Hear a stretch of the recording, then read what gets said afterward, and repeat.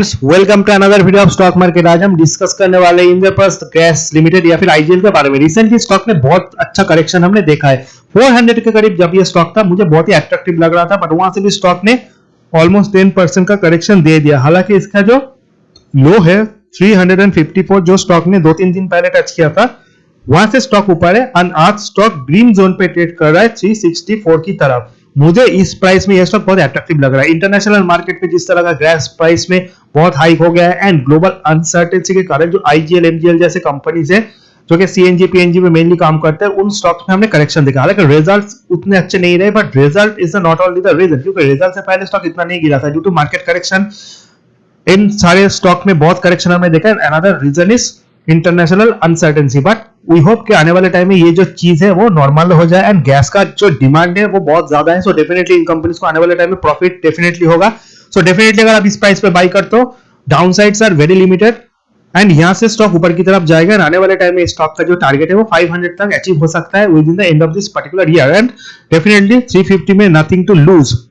हालांकि ऐसा नहीं कि कोई भी स्टॉक नीचे नहीं जा सकता, नीचे डेफिनेटली जा सकता है। इसका एक सबसे लो जो प्राइस है वो 300 एंड वहां से स्टॉक बहुत ऊपर है। हालांकि 52x लो 300 नहीं है, बट उससे पहले स्टॉक 300 के जोन पे था, वहां से स्टॉक डबल हो गया, फिर स्टॉक में हमने गिरावट देखा। सो 52x हाई से बहुत नीचे है। 350 में अगर आप बाई करते हो, आई होप 400 ये स्टॉक बहुत ही जल्द क्रॉस करेगा एंड उसके बाद 500 क्रॉस करने में इसको थोड़ा परेशानी होगा, बट आई होप के sentiment will be normal with in a very short term. अगर प्राइस टू अर्निंग देखें 17.60 बहुत ही वैल्यू फॉर मनी स्टॉक है। प्राइस टू अर्निंग मुझे बहुत अट्रैक्टिव लगता है एंड गैस कंपनीज में मेरा टॉप पिक है। सबसे बेहतरीन पिक है आईजीएल, देन माता एमजीएल। गेल के ऊपर मैं उतना बुलिश नहीं हूं क्योंकि it's a PSU company, otherwise एक ही स्टॉक के साथ आपको जाना है। सो डेफिनेटली उसमें ये company number 1 pick, market cap 25,000 crore के ऊपर का है। अगर हम स्टॉक का टेक्निकल्स देखें, टेक्निकल में सबसे इंपॉर्टेंट है आरएसआई में relative strength index and money flow index, जो शॉर्ट टर्म में स्टॉक के मूवमेंट को बताता है। 70 के ऊपर स्टॉक ओवरबॉट होता है, 30 के नीचे oversold. Look at the score. RSI में स्कोर है 22, एमएफआई में 13। कितने ऐसे स्टॉक है मुझे नहीं पता जिनका एमएफआई का स्कोर इतना कम है। आरएसआई में 22, क्लियर इंडिकेशन यही है कि stock is very very over sold. हालांकि स्टॉक निचले लेवल से ऊपर आया है 3%, बट डेफिनेटली 20 के करीब आरएसआई एंड एमएफआई बिलो 20 मुझे लगता है बहुत ही अच्छा बाउंस बैक मिलेगा। देखते ही देखते स्टॉक यहां से 10% ऊपर डेफिनेटली जाएगा। 400 क्रॉस करने के बाद थोड़ा कंसोलिडेट कर सकता है, बट 400 के नीचे मैंने स्टॉक एक्सपेक्ट नहीं किया था। ग्लोबल अनसर्टेनिटी के कारण आया है। सो डेफिनेटली इस प्राइस में आप स्टॉक को बाई करो। Not only this stock, another stock is there DLF, जो मैंने कुछ दिन पहले रिकमेंड किया था। ये स्टॉक डीएलएफ जो था 325 के जोन पे था, आज 335 है। इस लेवल पे अगर डीएलएफ को आप बाई करोगे, आपको देखते ही देखते विद इन 1 मंथ 400 का लेवल मिलेगा। सो डेफिनेटली ये सारे स्टॉक है वैल्यू फॉर मनी स्टॉक। अगर हम इस स्टॉक का 1 वीक लो देखोगे 354, हाई है 400, 1 मंथ हाई 420, तो इसी रेंज पे स्टॉक एक महीने पहले ट्रेड कर रहा था 400 के ऊपर एंड वहां से स्टॉक बहुत गिर चुका है। सो इस लेवल को स्टॉक टच कर सकता है 440, 450। 3 मंथ हाई है 500। सो डेफिनेटली मुझे लगता है नेक्स्ट 3 महीने में ये स्टॉक इस लेवल को डेफिनेटली टच करेगा। निचले लेवल से अगर आप देखोगे, सो डेफिनेटली यहां से बहुत ऊपर ये स्टॉक जा सकता है। अगर मैं रॉन्ग ना हूं तो यहां से स्टॉक 40% ऊपर डेफिनेटली जा सकते हैं in the next 3 to 6 month. तो डेफिनेटली अच्छा रिटर्न आपको डेफिनेटली मिलेगा। नीचे की तरफ आपको 350 का स्टॉप लॉस लगाना है। अगर आप ट्रेडर पे इन्वेस्टर हो तो इस लेवल पे बाई करो। 70% आपका इन्वेस्टमेंट स्टॉक पे अभी होना चाहिए। अगर और नीचे आता है तो डेफिनेटली 300 के आपको रिमेनिंग स्टेक बाई करना है। आई डोंट थिंक सो वहां तक जाएगा। यहां से बाउंस बैक लेकर 400 देन 500 तक का मूवमेंट ये दिखा सकता है। डेफिनेटली स्टॉक को बाई करना चाहिए एंड आपके रिस्क पोटेंशियल से अनुसार। I am not saying that आपके पास एक स्टॉक बाई करने का कैपिटल है आप इसमें बाई करो, definitely not. Banking and IT में आपको जाना है, बट आपके पोर्टफोलियो में 9 स्टॉक है, आपको एक स्टॉक का पोर्टफोलियो और ऐड करना है। So definitely either TLF either IGL आप बाई करो, या फिर दोनों स्टॉक में आप इक्वल बाई कर लो। यहां से स्टॉक डेफिनेटली ऊपर की तरफ जाएगा। I am give you that assurance.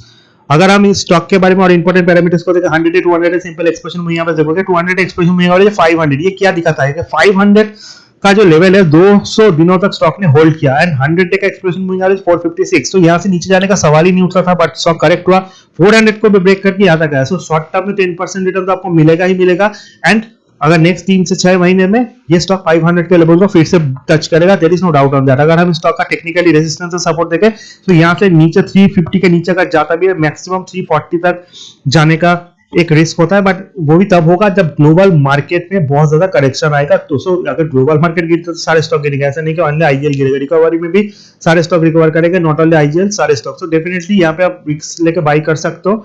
नीचे आए तो डेफिनेटली थोड़ा एवरेजिंग करो, बट नॉट 340 डेफिनेटली अगर और नीचे आता है 320 300 के लेवल पे, जिसका चांस कम है, बट मार्केट तो मार्केट है। अगर ऐसा हुआ तो ग्लोबल मार्केट में जो करेक्शन है उसी के कारण हो सकता है। इन अपकमिंग डेज अगर यूक्रेन रशिया में वॉर होता है, definitely not only this stock, any stock गिर सकते हैं। सो रिस्क पोटेंशियल से आपका स्टॉप लॉस 350 या फिर 340 होना चाहिए। अगर आप इन्वेस्टर हो तो भी स्टॉप लॉस के साथ ही काम करो, एवरीडे स्टॉप लॉस को ट्रेल करो। एंड अगर गैप डाउन ओपनिंग कभी होता भी है तो ये स्टॉक उतना नहीं गिरेगा जितना और स्टॉक गिरेंगे। सो डेफिनेटली आप एग्जिट हो सकते हो या फिर फ्रेश बाइंग कर सकते हो। ऊपर की तरफ जाए तो इस रेट पे बाई करने का मौका शायद आपको दोबारा ना मिले। अगर हम इसका फंडामेंटल एनालिसिस करें तो डेफिनेटली जितने भी गैस स्टॉक है उसमें आईजीएल मेरा फेवरेट है। उसी के साथ साथ एक और कंपनी पेट्रोनेट है जिसका रिजल्ट अच्छा था। रिजल्ट्स के टाइम स्टॉक ऊपर था बट वहां से करेक्ट हुआ है। एंड 200 के लेवल पे मुझे पेट्रोनेट भी ज्यादा बढ़िया लगता है, but IGL is much more popular stock and इसका जो नाम है वो हर दिन आपको सुनने को मिलेगा। Petronet is not that much popular. And GAIL तो गेल है, गेल में मैं इन्वेस्ट करने का एडवाइस नहीं देता। Adani gas another good company but इसका प्राइस टर्निंग बहुत expensive. So value for money Indraprastha gas limited है जो मुझे बहुत अट्रैक्टिव लगता है डेफिनेटली। उसके बाद अगर किसी स्टॉक को आपको देखना है वह एमजीएल। पेट्रोनेट उसके बाद आता है, but Petronet is also good stock and इसका रिजल्ट भी बहुत ही अच्छा था इन दिस पर्टिकुलर क्वार्टर। सबसे लास्ट में अगर स्टॉक का रिजल्ट देखें तो रिजल्ट उतने अच्छे नहीं है, 419 करोड़ के 375, बट रिजल्ट जितने खराब आए यानी थोड़ा प्रॉफिटेबिलिटी गिरा है, there is no doubt on that. But इसका मतलब ये नहीं स्टॉक अपने 3 महीने के हाई से इतना नीचे गिर जाए, मोर देन 30%। सो डेफिनेटली 10% गिर सकता था, but global uncertainty, market correction and international market पे गैस का जो प्राइस हाइक हुआ है जिस कारण ये चीज हुआ है। But definitely when thing will get normal, देखते ही देखते स्टॉक का प्राइस कब ऊपर की तरफ जाएगा 400 450 500 आपको पता भी नहीं चलेगा। डेफिनेटली आपको थोड़ा स्टॉक इस पे फोकस करना चाहिए, स्टॉक पे आपको स्टेक को इंक्रीज करना चाहिए। डेफिनेटली थोड़ा बाई तो आपको करना ही चाहिए। नेट प्रॉफिट अगर स्टैंड अलोन का देखें वहां पे भी डिक्लाइन आया है, बट इसके पीछे रीजन है सेल्स नहीं expenses. Sales remain increase, sales बढ़े हैं, एक्सपेंसेस जो है वो भी बढ़े। एक्सपेंसेस अगर आने वाले क्वार्टर में रिड्यूस करते तो डेफिनेटली प्रॉफिटेबिलिटी बढ़ेगा, वहां से स्टॉक बहुत ही बढ़िया मूव देगा। आज का दिन आप नोट डाउन करके रखो और ये प्राइस भी आप नोट डाउन कर रखो। मैंने रिकमेंड किया था 350 के करीब इस स्टॉक को एंड आज का 360 का प्राइस है। एंड डेफिनेटली आपको देखना पड़ेगा कि आने वाले 1 महीने बाद जब मैं फिर से इस स्टॉक का रिव्यू बनाऊंगा 400 क्रॉस करता है कि नहीं करता।